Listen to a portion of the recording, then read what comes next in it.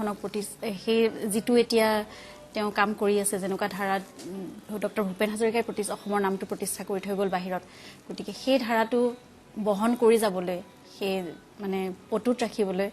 তেওঁ যথেষ্ট কষ্টও কৰিব লাগিব আৰু নিজে সেইমতে পৰিকল্পনাও কৰি ল'ব লাগিব যে মই এইটো ৰাস্তাতে যাব লাগিব তেওঁ খুব বেছি ইম্পালচিভ হৈ কাম কৰাটো বৰ মানে ভাল কথা নহ'ব আৰু এই ক্ষেত্ৰত মই ভাবোঁ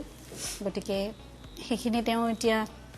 নিজৰ প্লেন আছে গতিকে তেনেকৈ আগবাঢ়ি যাওক আৰু যিখিনি তেওঁ মনত ভাবি থৈছে সেইমতে কৰি গ'লে সেইখিনি ক্ষেত্ৰত যদি কাৰ্যক্ষেত্ৰত পৰিণত কৰিব পাৰে তেনেহ'লে মই ভাবোঁ নিশ্চয় অসমৰ ৰাইজৰ অলপ হ'লেও তেওঁ আশা পূৰণ কৰি যাব পাৰিব বুলি মই সেই বিষয়টো আপোনাক নুসুধোঁ কিন্তু মই আপোনাক এই মুহূৰ্তত যদি আপোনাক সোধোঁ ভূপেনদাৰ কথা ভূপেনদাৰ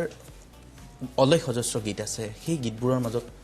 আপুনি যিবোৰ গীত এটা সময়ত শুনিছিল বা এতিয়াও শুনে সেই গীতবোৰৰ আমি এই মুহূৰ্তত যিহেতু ভূপেনদাৰ কথা ওলাল আমি তেখেতক শ্ৰদ্ধা জনাই আপোনাৰ কণ্ঠত এটা কলি যদি শুনাব পাৰোঁ